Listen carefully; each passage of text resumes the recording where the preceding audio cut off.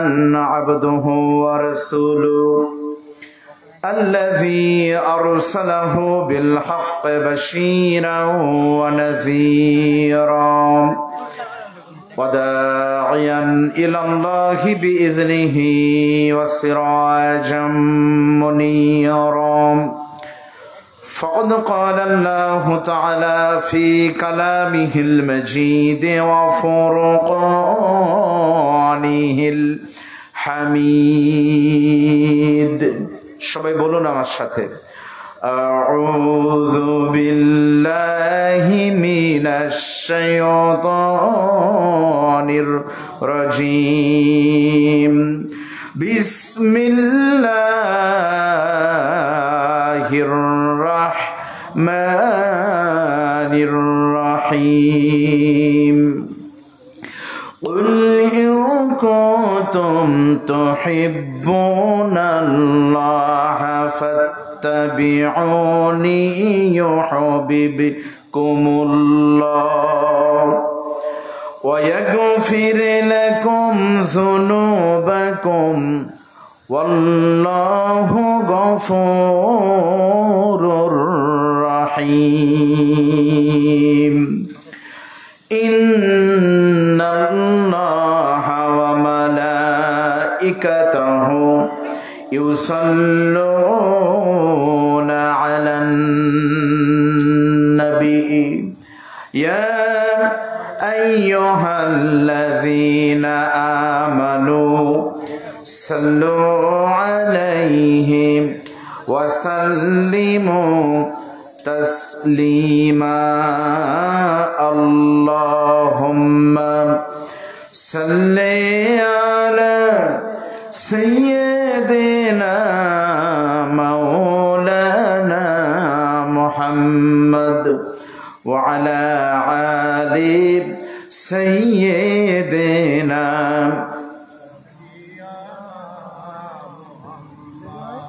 আমার একটি স্বপ্ন পূরণ করো, আমার একটি দোয়া কবুল করো। ও গো দয়াময়, তোমার পথে চলতে গিয়ে মরণ যেন হয় আমার, তোমার কথা বলতে গিয়ে না পাই যেন ভয়। কালিমা লা ইলাহা ইল্লাল্লাহ লা ইলাহা। ভাই এই একটু কমাই দেন, কানে বেশি হয়ে যাচ্ছে, বেশি হয়ে গেছে, একটু কমাই দেন। লা ইলাহা। ভাইজান বাহিরে যারা ঘুরতেছেন, মেহেরবানি করে এই আহ্বান, কোরআনের আহ্বান, দয়া করে আপনারা বাহিরে থাকবেন না, সকলেই সমস্ত কাজ বাদ দিয়ে একটু ভিতরে চলে আসেন। এমন একটা পরিস্থিতি হবে, একটা সময় মাহফিল আপনারা জায়গাই পাবেন না ইনশাল্লাহ। শুরুতে চলে আসেন, যত আগে আসবেন ততই রহমত হবে। একটু জমান খুলে বলেন লা ইলাহা ইল্লাল্লাহ। সামনের দিকে একটু আসেন ভাই, যারাই এসেছেন, মানে বারবার কষ্ট করার থেকে একবারে কষ্ট করা ভালো। লা ইলাহা সুবহানাল্লাহ আলহামদুলিল্লাহ লা ইলাহা লা ইলাহা লা ইলাহা ইল্লাল্লাহু মুহাম্মাদুর রাসূলুল্লাহ। সকলে মহব্বতে বলেন সাল্লাল্লাহু আলাইহি ওয়াসাল্লাম। পৃথিবীর মানচিত্রে 218টি দেশের ভিতরে ছোট্ট একটি দেশ, প্রায় 10 লক্ষ মসজিদ, কয়েক লক্ষ মাদ্রাসা, কবরস্থান, ঈদগাহ মাঠ দিয়ে সাজানো আমার আপনার প্রিয় জন্মভূমি, লাল ও সবুজের পতাকাতে রাঙানো বাংলাদেশের উত্তর জনপদের অন্যতম প্রাচীন ঐতিহ্যে সমৃদ্ধ একটি জেলার নাম হলো আমাদের প্রিয় নাটোর। নাটোর জেলার চলনবিল বিধৌত আমাদের সকলের প্রিয় ঠিকানা সিংড়া উপজেলার কলম ইউনিয়ন পরিষদের অন্তর্গত আজকের এই বলিদাঘাটি কবরস্থান মাঠে, বলিদাঘাটি কবরস্থান ও জামে মসজিদের উন্নয়ন কল্পে 7ম বার্ষিকী তাফসিরুল কোরআন মাহফিল ওয়াজ মাহফিলের বরেণ্য সভাপতি জনাব মোহাম্মদ জালাল উদ্দিন প্রামাণিক, আমরা দোয়া করি আল্লাহ পাক তার জন্য সহায় হন। আল্লাহ পাক তাকে যেন সমস্ত শোক কাটিয়ে আবারও ঘুরে দাঁড়ানোর তৌফিক দান করেন, বলেন আমিন। আজকের মাহফিলের সহ সভাপতি হরিণা সরকারি প্রাথমিক বিদ্যালয়ের সম্মানিত শিক্ষক জনাব মোহাম্মদ ওসমান গনি, ফাদ্দালাল্লাহু মাশকুরা। মাহফিলের প্রধান অতিথি আমাদের চলন বিলের উন্নয়নের কিংবদন্তি, বারবার নির্বাচিত সংসদ সদস্য জনাব আলহাজ অ্যাডভোকেট জুনেদ আহমেদ পলক, মাননীয় প্রতিমন্ত্রী ডাক, টেলিযোগাযোগ ও তথ্য প্রযুক্তি মন্ত্রণালয়, আল্লাহ পাক তাকে কবুল করুন। বিশেষ অতিথিবৃন্দ, মাগরিবের নামাজের পর থেকে যারা বক্তব্য দিয়েছেন, সম্মানিত ওলামায়ে কেরামগণ, বিশেষ করে আমার পূর্বে বক্তব্য দিলেন সুদূর বগুড়া থেকে আগত হযরত মাওলানা মামুনুর রশিদ সাহেব, আল্লাহ পাক তার কণ্ঠকে সারা দুনিয়ার জন্য কবুল করুন। একটু পরে আপনাদের মাঝে যিনি উপস্থিত হবেন এবং সশরীরে যিনি এখানে বহু আগেই পৌঁছে গেছেন আপনাদের গ্রামে, যার জন্য আপনারা আলোচনা শোনার জন্য এসেছেন, উত্তরবঙ্গের মাটি ও মানুষের প্রিয় বক্তা, যার কোনো বিকল্প এখন আপনাদের কাছে নাই, হযরতুল আল্লামা আলহাজ মুফতি মাওলানা বজলুর রশিদ সাহেব। আমরা দোয়া করছি উনি এসে গেছেন আপনাদের গ্রামে, আপনারাও তাড়াতাড়ি করে আসেন। আল্লাহ পাক যেন তাকে যথাসময় এসে কোরআন থেকে কথা বলার তৌফিক দান করেন, বলেন আমিন। আমার সামনে বসা মুসলমান ভাইরা, বাংলাদেশের বিভিন্ন জায়গায় থেকে আগত সোশ্যাল মিডিয়া, আমাদের ইউটিউবার ভাইরা, যাদের মাধ্যমেই আপনারা এই আলোচনাগুলো পেয়ে থাকেন, সরাসরি লাইভ টেলিকাস্টে সারা দুনিয়া যাদের আমাদের আলোচনা শুনতেছে, মিডিয়ার ভাইরা, অতিথিবৃন্দ, সুধীবৃন্দ, আমি আপনাদেরকে নিয়ে আল্লাহ পাকের দরবারে শুকর করি যে আল্লাহ তাআলা অত্যন্ত দয়া করে, মায়া করে আমাদেরকে বৈশাখের প্রচণ্ড উত্তাপের ভিতরেও আল্লাহ তাআলা চাইলে পারে, বৈশাখ মানেই কিন্তু ঝড় বৃষ্টি, তা না করে আল্লাহ তাআলা এমন একটি সুন্দর আবহাওয়া করে দিয়েছেন, মিল মিল করে মৃদু মৃদু বাতাস বইছে, এমন একটি সুন্দর পরিবেশ করে দিলেন, আপনাদেরকে মাহফিলে আসার সুযোগ করে দিলেন। চাইলে আল্লাহ এমন একটা বিপদ দিতেন, 15 দিনেও হাসপাতাল থেকে বাড়িতে আসার সুযোগই পেতেন না, তা না করে আল্লাহ সুস্থ রেখেছেন কোরআনের জন্য। এতে করে আপনারা খুশি না বেজার? যদি হন খুশি, তাহলে মুখে নিয়ে হাসি, উঁচু করে কাল্লা, জোরে সরে জমান খুলে সকলে বলেন সুবহানাল্লাহ। আর একটু জোরে বলেন সবাই, রব্বানা লাকাল হামদ হামদান কাসীরান তাইয়্যিবান মুবারাকান ফীহি। আমি আপনাদেরকে নিয়ে দরুদ এবং সালাম পেশ করি প্রিয় নবী, প্রিয় নেতার প্রতি। আমি বলছি, সোগরাতের বাতাস তুমি যখন কলম ইউনিয়ন থেকে বইতে বইতে আমাদের চলন বিল পাড়ি দিয়ে এক পর্যায়ে মদিনায় চলে যাবে, আমাদের নামখানা নবীকে পৌঁছায় দিও। আজকের মাহফিলে এখন যারা এসেছে, শেষ পর্যন্ত যারা আসবে, আল্লাহ যেন আজকের জালসায় উপস্থিত হওয়ার ওসিলায় আপনাদের প্রত্যেকের জীবনে একবার হলেও সোনার মদিনায় নবীর রওজায় গিয়ে সালাম দেওয়ার তৌফিক দান করেন। সকলে বলেন সাল্লাল্লাহু আলাইহি ওয়াসাল্লাম। আমি শুনতে চাই আপনারা সকলেই কেমন আছেন? আলহামদুলিল্লাহ। আরবিতে একটা কথা আছে, কুল্লু জাদিদিন লাযীযুন, প্রত্যেকটি নতুন জিনিস আকর্ষণীয় হয়, নতুন খাবার স্বাদেও ভালো লাগে, ঠিক না? তো আমি আব্দুল বারী রশিদে আপনাদের সামনে নতুন না পুরাতন? নতুন। তবে আমি কলম ওয়াজ করেছি, পুন্ডরিতে ওয়াজ করেছি, বিভিন্ন জায়গায় আলোচনা করেছি, তারপরে মিডিয়ার মাধ্যমে এখন সকল বক্তাই কিন্তু পরিচিত, আলহামদুলিল্লাহ। আমি আপনাদের সামনে কিছুক্ষণ কথা বলতে চাই কোরআন থেকে, যদি আপনারা দুটো অনুমতি দেন। আল্লাহ পাক বলেন, ওয়াইজা কুরিয়াল কোরআনু ফাসতামিউ লাহু ওয়া আনসিতু লাআল্লাকুম তুরহামুন। কোরআনের আলোচনা শুনতে হবে মনোযোগ দিয়ে। আপনারা কি মনোযোগ দিয়ে শুনবেন? এবং চুপ থাকা লাগবে। ওয়া আনসিতু, খালি শুনলে হবে না, চুপ মনোযোগ দিয়ে। সেই যদি সুযোগ আপনারা দেন, আমি আল্লাহর কাছে সাহায্য চেয়ে শুরু করছি। সুবহানাকা লা ইলমা লানা ইল্লা মা আল্লামতানা আলাইহি তাওয়াক্কালতু আলাইহি উনীব। সকলে বলেন আমিন। আলোচনা হবে কিসের? জোরে বলেন। যে কোরআনের আলোচনা পড়লেও লাভ, শুনলেও লাভ, মানলে তো জান্নাত। ঠিক না? পৃথিবীতে এমন কোন বই নাই যে বই শুনলে প্রত্যেক অক্ষরে 10টা করে নেকি হয়। পৃথিবীতে এমন নেতা নাই যে নেতার বক্তব্য শুনলে পারে উপকার হয়।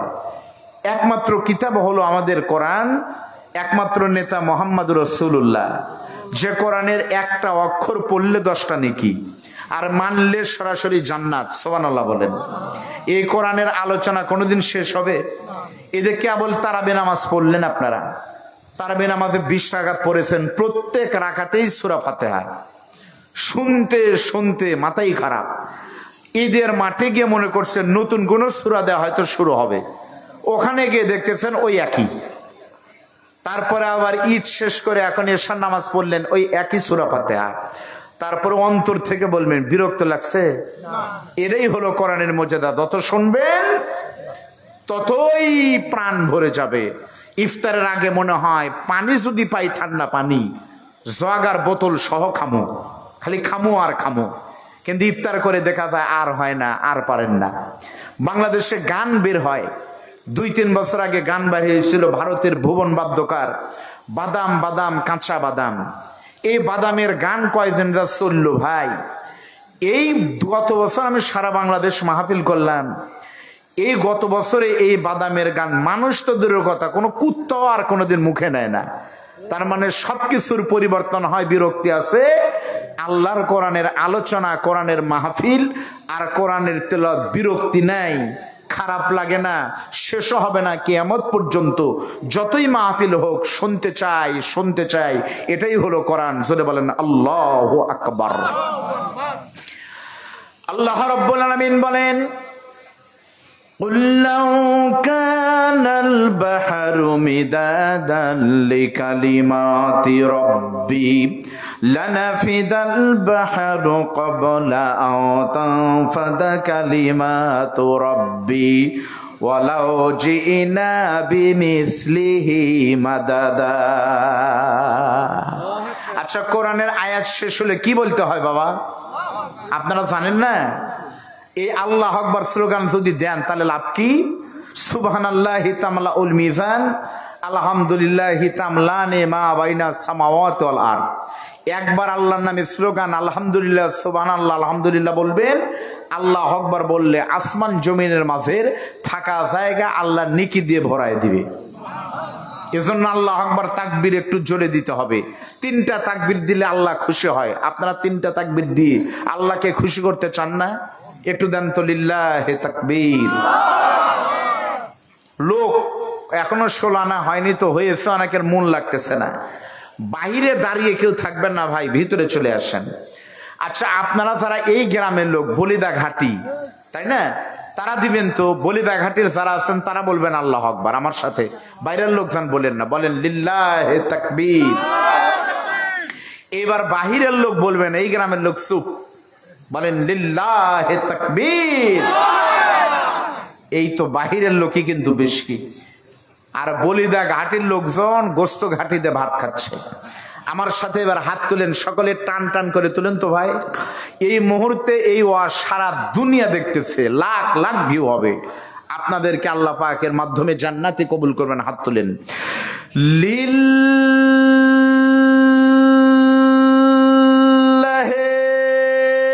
তাকবীর, নারায়ে তাকবীর। দুনিয়ার মুসলিম, আজকের জালসা কবুল হোক, কবুল হোক। লিল্লাহি তাকবীর, আলহামদুলিল্লাহ। দেন আমরা কোরআন থেকে আলোচনা করব, যে আয়াত পড়লাম অর্থ কি দিয়ে দেন। আল্লাহ রাব্বুল আলামিন বলেন, যদি সারা পৃথিবীর সমস্ত সাগরের পানিগুলো কালি হয়, আর তাই দিয়ে যদি আল্লাহর কোরআনের ব্যাখ্যা লেখা শুরু হয়, লিখতে লিখতে সব সাগরের পানি এক সময় শেষ হবে, তবু আল্লাহ পাকের কোরআনের ব্যাখ্যা লেখা কোনোদিন শেষ হবে না। সাগরের পানি দিয়ে যদি কোরআন লেখা হয়, তাও কোরআন কোনোদিন লেখা শেষ হবে না। অনেকে ভাবতেছেন হুজুর সাগরের পানি যদি শুকায় যায়, আমাকে চলন বিলের পানি দিয়ে লেখমু। আচ্ছা বলেন তো, সাগরের যেখানে খাওয়া নাই, চলন বিলের খাওয়া কি আছে? এই জন্য আল্লাহ চলন বিলের কথা বলেননি। যেমন আজকের মাহফিলের প্রধান বক্তার নাম যারা জেনেছেন, এরপরে 2 নম্বর 3 নম্বর 4 নম্বর এগুলো কেউ জানেইনি, ওই একটা হলেই যথেষ্ট, ঠিক না? তাহলে কোরআনের সাথে সম্পর্ক রাখলে লাভ হয় না লস হয় বলেন? এই যে কেমনে আমি প্রমাণ দিব শোনেন। আমি যে সোফায় বসে আছি, এই সোফা কমপক্ষে 5,000 টাকা দাম হবে, মেহগনি কাঠের শক্তিশালী সোফা। আর আমার সামনে যে টেবিল, এই টেবিলের দাম কি চেয়ারের চাইতে কম না বেশি? কথা বলেন, অবশ্যই কম। এই চেয়ারের সঙ্গে আমি বসে আছি, আমার 2 পা কিন্তু চেয়ারের সাথে লেগে আছে। আমি কিন্তু টেনশন করতেছি না, পাও লাগলে আরাম পাচ্ছি, কিন্তু আমি খুব সাবধান আছি কোনো কারণে যেন কম দামি টেবিলে আমার পা যেন না লাগে। কারণ দামি বক্তা থাকার কারণে লাথি লাগবে, নেতা থাকার কারণে চেয়ারে লাথি লাগলে কোনো সমস্যা নাই। আর এই মুহূর্তে এই কোরআনের সাথে কোরআনের এই টেবিলে আল্লাহর কোরআন থাকার কারণে এই টেবিলে যদি আল্লাহ না করুক লাথিও লাগে, একবার লাথি লাগলে 3 বার সালাম করলেও মন ভরবে না। তার মানে হলো নেতা আর বক্তা থাকার কারণে দাম বাড়েনি, আর কোরআন থাকার কারণে ছোট্ট টেবিলের দাম এই মুহূর্তে আল্লাহর দরবারে কোটি টাকার থেকেও বেশি দামি হয়ে গেছে। জোরে বলেন আল্লাহু আকবার। আপনাদের বলতে হবে কোরআনের সাথে সম্পর্ক রাখলে লাভ হয় না লস হয়? জোরে কোন? কোরআনের সঙ্গে সম্পর্ক রাখলে লাভ হয়। তার প্রমাণ হলো আফগানিস্তান, মানুষের তৈরি করা মতবাদ আর আমেরিকাকে লাথি দিয়া ফালাই দিয়ে কোরআনের আইন চালু করার জন্য এই মুহূর্তে পৃথিবীতে সবচাইতে উন্নতি করতেছে আফগানিস্তান এখন মোল্লারা। আর কোরআনের সঙ্গে বেয়াদবি করলে কি হয়, সোশ্যাল মিডিয়ার মাধ্যমে এগুলো ভাইরাল টপিক চলে যাবে। আমি আপনাদেরকে বলবো, আমার মিডিয়ার ভাইরা এগুলো প্রচার করবে টপিক আকারে। বর্তমান পৃথিবীতে একটি গুরুত্বপূর্ণ টপিক আপনারা জানেন, বৈশাখ মাসে বৃষ্টি হয়, ঝড় হয়, এটাই তো স্বাভাবিক। জোরে বলেন কেন হয়? কারণ বৈশাখ মাসে বাংলাদেশের কিছু লোকেরা পান্তা দিয়ে ইলিশ খায়, আল্লাহ আল শরীফের দোয়া করে, এসো হে বৈশাখ এসো এসো। আল্লাহ গজব দিবার চায় না, এরা টাইনে না, আসো এসো হে বৈশাখ এসো এসো।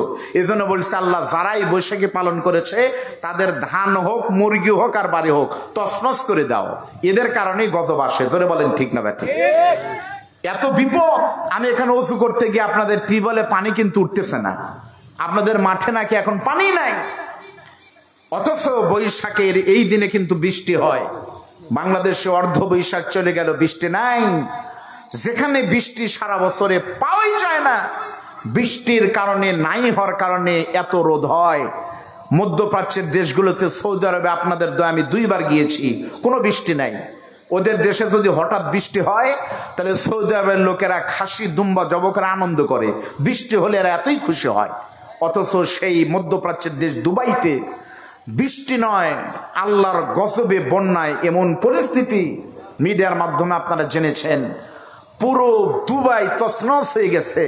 কোটি কোটি টাকার গাড়ি বন্যার সাথে প্লাবিত হয়ে গেছে, বাড়িঘর তছনছ হয়ে যাচ্ছে কাগজের মতো। যেদিকে আসতেছে বিল্ডিংগুলো এইভাবে মুসড়ে মুসড়ে পড়ে যাচ্ছে, মরুভূমির ভিতরে উটগুলো তলিয়ে যাচ্ছে। এটা বৃষ্টি নয়, এটা নিশ্চিত এটা আল্লাহর গজব। জোরে বলেন কথা ঠিক না ব্যাটি? আলেম ওলামা সাক্ষী, আল্লাহ কোরআনে বলেছে, মনে রেখে দিও, জহারাল ফাসাদু ফিল বাররি ওয়াল বাহরি বিমা কাসাবাত আইদিন নাস। জলে এবং স্থলে যা হবে তোমাদের 2 হাতের কামাই। খেয়াল করেন, এই দুবাই একটা মুসলমানদের দেশ, এগুলো আপনাদের জানা দরকার। মুসলমানদের দেশে এরা যে পাপ করেছে গত কয়েক বছরে, এই পাপ পৃথিবীর কোনো বেঈমানরা করেনি, যা ওরা করেছে। পৃথিবীর প্রত্যেকটা সিনেমার শুটিং হয়, দামি দামি শুটিং, সবগুলো দুবাইতে। বাংলাদেশের নেতারা, নায়িকারা, গায়িকারা, কোটি কোটি টাকার নেতারা মেরে ঈদের মার্কেট করে দুবাইতে। ওদের দেশে গেলে পারে এত বাজে অবস্থা, নারীদের শরীরে পোশাক ঠিক নাই, সারা পৃথিবীর সব উলঙ্গপনা ওই দেশে চলতেছে। এদের পাপ আমি গবেষণা করে দেখেছি, আল্লাহ এদের গজব দেওয়ার কারণ কি? মুসলমান হওয়ার পরেও গজব দেওয়ার 3টি কারণ আমি খুঁজে পেয়েছি আমার ছোট্ট মস্তিষ্কে। 1 নম্বর হলো, যখন ভারতের গুজরাটের কোষাই নরেন্দ্র মোদী বাবরি মসজিদ ভেঙে দিয়েছিল, দেয়নি? ওই বরেন্দ্র মানে আমাদের নরেন্দ্র মোদী আমাদের বাবরি মসজিদে যখন আঘাত করতেছিল, এ আঘাতকে লাগতেছিল পৃথিবীর মুসলমানদের কলিজার উপরে।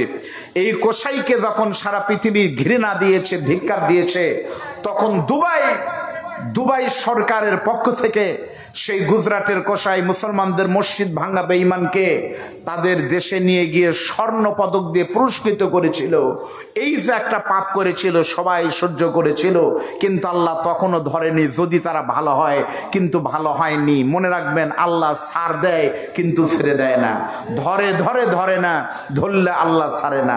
মাকারু মাকারাল্লাহ আল্লাহু খায়রুল মাকিরিন, এই গজবের প্রথম কারণ এটাও হতে পারে। জোরে বলেন কথা ঠিক না ব্যাঠিক? দ্বিতীয় নম্বর কারণ, বর্তমান পৃথিবীতে দেখেছেন আপনারা গাজার মুসলমানদের কি অবস্থা। 30,000 সন্তান, 30,000 শিশুকে ওরা হত্যা করেছে, যাদের বিয়ে হয়নি, নামাজ ফরজ হয়নি, 6 মাস, 2 মাস, 1 বছর, 5 বছর, 30,000 মায়ের বুক ওরা খালি করেছে। লক্ষ লক্ষ মুসলমানকে হত্যা করেছে। নবীদের মাজার আছে, সেই মসজিদে প্রথম কেবলায় গিয়ে গুলি করেছে, জুতা নিয়ে মসজিদের ভিতর ঢুকেছে। আমার আল্লাহ তারা সহ্য করেনি, অথচ সেই ইহুদিদের পাশে দাঁড়িয়েছে বর্তমান সময়ে জর্ডান, সৌদি আরব এবং এই দুবাই, পরোক্ষভাবে তাদের সহযোগিতা করতেছে। এটাও একটা গজবের কারণ। জোরে বলেন কথা ঠিক না ব্যাঠিক? সর্বোপরি মাত্র 3 থেকে 4 দিন বা 7 দিন আগে মুসলমানদের দেশ দুবাইতে কোরআনের আইন চলে না। সেখানে আল্লাহ পাক কি সম্পদ দিয়েছে দেখেন। আপনারা ধান লাগান, কষ্ট করে কিন্তু জীবনযাপন করেন। আমি গিয়েছি আপনাদের ওমানে গিয়েছি, আমি কুয়েতে গিয়েছি, আমি সৌদি আরবে গিয়েছি।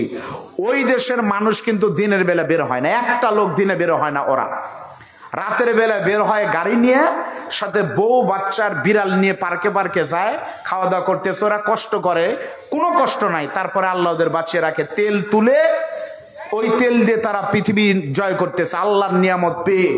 দুবাই মুসলমানদের দেশে কয়েকদিন আগে একটা মন্দির নির্মাণ করেছে, যেই মন্দির অনেক খরচ করে, কোটি কোটি টাকা খরচ করে মন্দির নির্মাণ করেছে। জোরে বলেন নাউজুবিল্লাহ।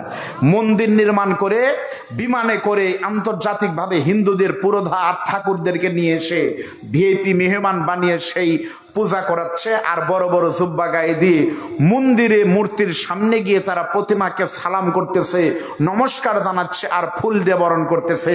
এটা আল্লাহ তাআলা সব সহ্য করতে পারে, শিরকের গুনাহ আল্লাহ সহ্য করতে পারে না। ইন্না শিরকা লা যুলমুন আযীম। আলেমরা বলেন ইন্না হরফে মুসাব্বাবিল ফেল, অবশ্যই আল্লাহ গজব দিবেন।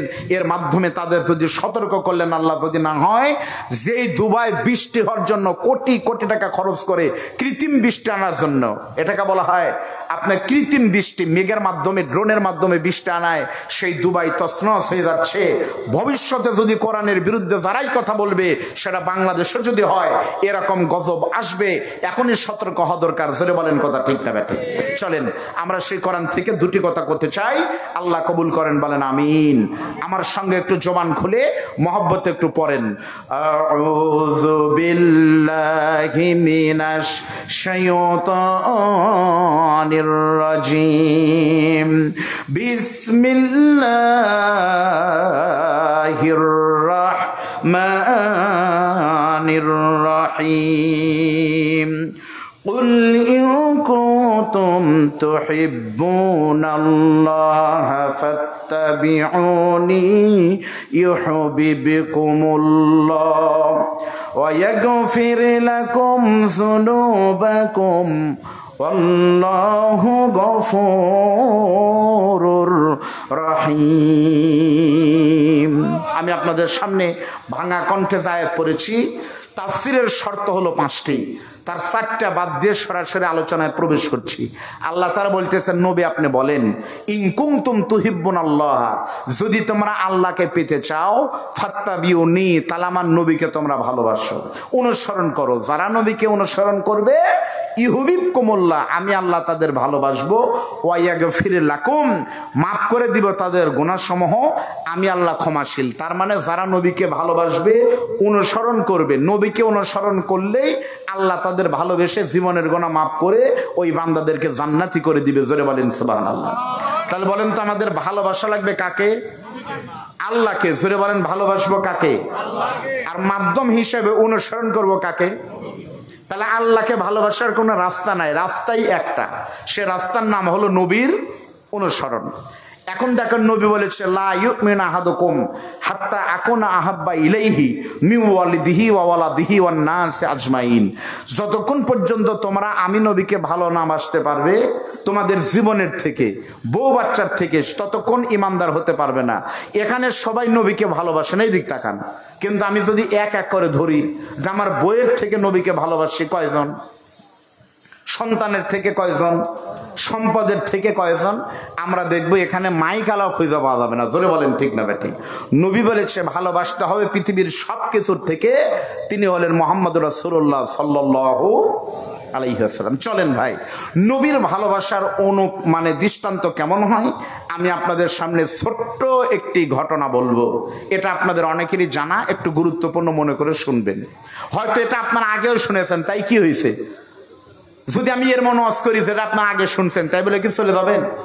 দুপুরে তো ভাত খাইছেন, তারাই তো আবার ভাত খান, অসুবিধে কি? ভালো করে শোনেন, আল্লাহর প্রতি ঈমান আর রাসূলের প্রতি ভালোবাসা কেমন হবে বোঝানোর জন্য আমি আপনাদের সামনে কোন নবী রাসূল কোন রাসূল নয়, শিক্ষা দেওয়ার জন্য একটা ছোট্ট ঘটনা বলবো, যিনি এই আলোচনার সাথে সম্পৃক্ত, অনেক বড় একজন আল্লাহর ওলি বুজুর্গ। তার নাম হলো, আপনারা সকলে জানেন, নাম হলো রবি ইবনে সুলাইমান। জোরে বলেন নাম কি? রবি ইবনে। ওই রবি ইবনে সুলাইমান কিন্তু কোনো পয়গম্বর নয়। রবি ইবনে সুলাইমানের জীবনীতে পাওয়া যায় রবি ইবনে সুলাইমান হজে গিয়েছেন একবার। প্রত্যেকটা মুসলমানের জন্য কিন্তু 5টা ফরজ। 1 নম্বর হলো ঈমান আনতে হবে, 2 নম্বর নামাজ পড়তে হবে, 3 নম্বর যাকাত দিতে হবে, 4 নম্বর রোজা রাখতে হবে, আর 5 নম্বর সর্বশেষ যাদেরকে আল্লাহ অর্থ সম্পদ দান করবে তাদেরকে অবশ্যই কিন্তু হজ করতে হবে। আপনারা বলেন তো, আপনাদের মাঝে কি হাজী সাহেব নাই? আছে। সামর্থ্যবানদের জন্য হজ করা ফরজ। রবি ইবনে সুলাইমান প্রথমবার হজ করলেন। আচ্ছা বলেন তো ভাই, হজ করা জীবনে কয়বার ফরজ? আপনারা কথা না বললে বুঝবো কেমনে? না বললে বলবেন 10 বার, তাহলে শিখাই দিব। কিন্তু কথা বলবেন, বলেন তো কয়বার ফরজ? একবার, আলহামদুলিল্লাহ। কিন্তু আমাদের সমাজে বহু লোক আছে যারা বলে এইবার দিয়ে আমার 7 বার হচ্ছে, ঠিক না বেঠিক বলেন? অনেকে বলে এইবার ওমরা দিয়ে আমার 23 বার হচ্ছে। আল্লাহ নবী বলেন হজের ফজিলত আছে, আল হাজ্জুল মাবরুর লাইসা লাহুল জাযা ইল্লাল জান্নাহ। কবুল হজের জাযা হলো আল্লাহর জান্নাত। সুবহানাল্লাহ বলেন। তাহলে হজ কিন্তু জীবনে একবার ফরজ। পরের বার আপনি গেলে ফরজ কিন্তু আর থাকে না, ওয়াজিব হয় না, তখন হয় নফল, তখন হয় কি? তাহলে একবারের পরে কিন্তু আর গুরুত্ব থাকে না, না করলেও চলবে। কেন? কারণ একবার হজে গেলে বহুত টাকা লাগবে, ফরজ পালন হলো, কিন্তু দ্বিতীয়বার হজে যাওয়ার যখন নফল হবে তার থেকেও কিন্তু কিছু গুরুত্বপূর্ণ কাজ কিন্তু আছে, ঠিক না বেঠিক বলেন? রবি ইবনে সুলাইমান চিন্তা করলেন আমি হজে যাব। দ্বিতীয়বার ওনার হজ কিন্তু ছিল নফল হজ। হজে যাওয়ার নিয়ত করে কয়েকজন বন্ধু সব প্রস্তুতি প্রিপারেশন নিয়েছে। কয়েকদিন পরেই কিন্তু তারা রওনা দেবে। যেমন এই বছর সিংড়া থেকে যারা হজে যাবে তারা কিন্তু ইতিমধ্যেই কিন্তু প্রস্তুতি নেওয়া শুরু করেনি। আগামী মাসের সম্ভবত 7 অথবা 9 তারিখ ফ্লাইট কিন্তু বাংলাদেশ থেকে উড়ে যাবে। সকলকেই আল্লাহ যেন কবুল করেন, বলেন আমিন। আল্লাহর বান্দা নিয়ত করেছে আমি হজে যাব। হজে যাওয়ার জন্য কিন্তু রবি ইবনে সুলাইমান কয়েকদিন থেকে প্রত্যেকটা আত্মীয় স্বজনের বাড়িতে গিয়ে দোয়া চাচ্চার বলতেছে, ভাইজান জীবনে আপনাদের সামনে চলাফেরা করেছি, আমি আল্লাহর রসুলের জিয়ারতের জন্য মদিনায় যাব। যদি আর ফেরত না আসে আমার জন্য দোয়া করবেন, আর ভুল ত্রুটি হলে কিন্তু ক্ষমা করে দিবেন। যেমন আমাদের সমাজে হজে যাওয়ার আগে কিন্তু আমরা দোয়া নিই, ঠিক না বেঠিক বলেন? আল্লাহর বান্দা কিন্তু তাই নিচ্ছে, ঘুরতে ঘুরতে মানুষের সামনে দোয়া নিচ্ছে। দোয়া নিতে নিতে দেখা গেল রবি ইবনে সুলাইমান যখন বাড়িতে ফিরতে চাচ্ছে অনেক রাত, তখন রবি ইবনে সুলাইমান পাহাড়ের পাদদেশ দিয়ে আস্তে আস্তে রওনা দিয়েছে। যেতে যেতে আল্লাহর ওলি খেয়াল করে দেখে পাহাড়ের পাদদেশে অন্ধকার রাত্রিতে মিটি মিটি করে একটা আলো জ্বলতেছে। আল্লাহর বান্দা তখন চিন্তা করলেন, এত রাত্রিতে পাহাড়ের পাদদেশে এই অন্ধকারের ভিতরে কি জন্য এই লাইটটা জ্বলতেছে, আলো জ্বলতেছে। পিছনে তখন রবি ইবনে সুলাইমান রওনা দিয়ে দেখে অন্ধকারের ভিতরে ছোট্ট একটা বাতি নিয়ে আলো নিয়ে যাচ্ছেন জেনে কাছে গিয়ে দেখে কোনো পুরুষ মানুষ নয়, একজন সুন্দরী একজন উর্বশী যুবতী মেয়ে নিশি রজনীতে হাতে একটা লাইট নিয়ে আলো নিয়ে আস্তে আস্তে পাহাড়ের ভিতরে ঢুকে যাচ্ছে। আল্লাহর বান্দা চিন্তা করেছে দেখি তো কোথায় যায়। অন্য পিছন পিছন গিয়ে দেখে মহিলাটি এমন একটা জায়গায় গিয়ে ব্রেক করেছে বন্ধু, সামনে দেখা গেল একটা গাধা। ওই গাধাটা কিন্তু মরে গেছে বেশ কিছুদিন আগে। গাধার গা থেকে কিন্তু দুর্গন্ধ বের হচ্ছে। আল্লাহর ওলি খেয়াল করে দেখে ওই মহিলাটি মরা গাধার কাছে গিয়ে আস্তে করে লাইটটা তার কাছে গিয়ে ওই লাইটটা রাখার পর ব্যাগ থেকে একটা চাকু অথবা ছুরি বের করে মরা গাধার গা থেকে আস্তে আস্তে গোস্ত কাটা শুরু করেছে। আল্লাহর বান্দা দোয়া নিয়ে আসতেছে, কালকে ফ্লাইট হজে যাবি। ওই রাতের বেলায় দেখে একটা মহিলা গাধার গা থেকে গোস্ত কাটতেছে। আপনাদের বলতে হবে গাধার গোস্ত খাওয়া হারাম না হালাল? জোরে বলেন। তারপরে আবার মরা গাধা, তার মানে ডবল হারাম। তখন উনি চিন্তা করলেন কিরে এই কাম করতেছে, তাহলে কি হোটেলে গিয়ে রান্না করে খাওয়াবে? যেমন আমাদের বাংলাদেশে হয় না এমন কিছু নাই। জোরে বলেন কথা ঠিক না ব্যাটি? মোরা গাদার গোস্ত খাওয়ার থেকে বড় বড় পাপ কিন্তু বাংলাদেশে হচ্ছে। গরিবদের জন্য সরকার বরাদ্দ দেয় 10 কেজি চাল, ওই চাউলের ভিতরে ভেজাল দিয়ে বালতি দিয়ে মেপে গরিবের চাইলে তারা আত্মসাৎ করে। এরা মোরা গাধা না, মোরা কুকুরের থেকেও খাওয়ার থেকে নিকৃষ্ট কাজ করে। জোরে বলেন কথা ঠিক না ব্যাটি? রাতের বেলায় মহিলা একা একা যাচ্ছে মরুভূমির ভিতর দিয়ে, কোনো ভয় নাই। আপনারা বলেন তো রাতের বেলা মহিলার সুন্দরী কেন? আমাদের বাংলাদেশে সব আছে। এখনো সিংড়া থেকে গাড়ি না পেয়ে 2 লাখ টাকা নিয়ে সিংড়া বাসস্ট্যান্ড থেকে বলিদা ঘাটি পর্যন্ত আসতে পারবেন, এর কোনো গ্যারান্টি আপনাদের কাছে আছে? জোরে বলেন আছে? নাই। কিন্তু ওই সময় হতো। কারণ কি? কারণ তখন কোরআনের আইন চালু হয়েছিল। সুবহানাল্লাহ বলেন। আল্লাহর নবী একদিন আলেম ওলামা সাক্ষী বলে দেখেন, আল্লাহর নবী বাইতুল্লাহ শরীফের সাথে হেলান দিয়ে, এই দিক তাকান, কাবার সাথে হেলান দিয়ে এভাবে বসে আছে রোদের ভিতরে। সাহাবীরা এসে নবীকে বলতেছে রাসূলুল্লাহ আপনি কি আল্লাহর নবী না? আল্লাহ রাসূল বলতেছে তোমাদের কি মনে হয়? বলে হুজুর বিশ্বাস হয়, তবে আপনি আল্লাহ রাসূল হলে আমাদেরকে এরা মারতেছে, এইভাবে কাফের বেঈমানরা আমাদেরকে নির্যাতন করতেছে হুজুর, তাহলে আপনি আল্লাহ রাসূল হলে আল্লাহ বলে মুসলমানদেরকে সাহায্য করবে কবে?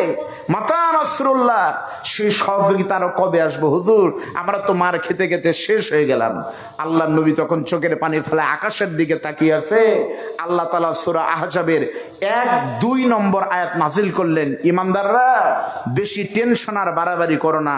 তোমাদের পূর্বে এমন রাসূল ছিল যাদেরকে ইমানে পরীক্ষা নেওয়া হয়েছে, সাহাবীদের নবীদেরকে মাথা থেকে পা পর্যন্ত বেঈমানেরা কোরাত দিয়ে কেটে 2 টুকরা করেছে, তবুও ঈমান ছাড়ে নাই। অবশ্যই আল্লাহর সাহায্য আসবে। যেদিন আল্লাহর বিজয় আসবে সেই দিন শুধু মক্কায় না, ইয়েমেনের রাজধানী সানা থেকে হাদরামাউত পর্যন্ত 300 কিলোমিটার রাস্তা। রাতের বেলায় সুন্দরী যুবতী তরুণী উর্বশী তার যৌবন নিয়ে রাতের বেলায় হেঁটে যাবে। কোনো কাফের, কোনো বেঈমান, কোনো ধর্ষক, কোনো খারাপ মানুষের সাহস হবে না ওই নারীর গায়ে হাত দিতে পারে। এমন দিন আল্লাহ দিবে। জোরে বলেন সুবহানাল্লাহ। আপনাদের কি বিশ্বাস হয়? আল্লাহর নবী কথা বললেন। হযরত ওমরে ফারুক যখন অর্ধ পৃথিবীর খলিফা, একদিন সাহাবারা দেখতেছে একটা সুন্দরী নারী, সুন্দর যৌবনা একজন মহিলা তরুণী উর্বশী, আর রাতের বেলায় মহিলাটা পাহাড়ের পাদু দিয়ে যাচ্ছে। সবাই জিজ্ঞেস করলো মা তোমার কি ভয় নাই? এত সুন্দরী মেয়ে তুমি কিভাবে এভাবে রওনা দিয়েছো? সঙ্গে সঙ্গে লোকটা বলতেছে তোমরা শোনো নাও, এই পৃথিবীর শাসন করতেছে বর্তমান হযরত ওমর। আমি মেয়ের এজন্য টেনশন কম হলো, সেটা হলো আমার গায়ে কোনো বেঈমান যদি হাত দেয়, আমাকে কেউ যদি জেনা করে, ধর্ষণ করে, তবে ইফতিজিং করে, আল্লাহর কোরআনের আইন দিয়ে তার বিচার হবে। কারণ আল্লাহর কোরআনের আইন যখন চালু হয় তখন তার বিচার কিন্তু কোরআন দিয়েই হয়। সুবহানাল্লাহ বলেন। আমাদের বাংলাদেশও সব দেখেছি। কোরআনের শাসন যদি আমরা দেখতে পারতাম তাহলে দেখতেন ধনী আর গরিব, কোটিপতি, গাছতলার বাসতলার কোনো ভেদাভেদ থাকতো না। জোরে বলেন কথা ঠিক না ব্যাঠি? এজন্য পৃথিবীতে মুসলমান আমাদেরকে সোচ্চার হতে হবে। তাকিয়ে দেখেন, যখন আমরা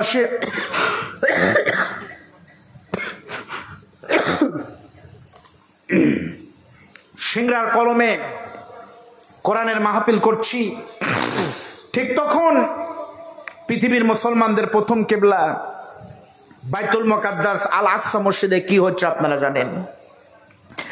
ফিলিস্তিনিদের জন্য আমাদের কিছুই করণীয় নাই ভাই এই মুহূর্তে, তবে দুটি দায়িত্ব আপনাদের আছে। দুটি দায়িত্ব আমি আপনাদের বলবো, মন খারাপ করবেন।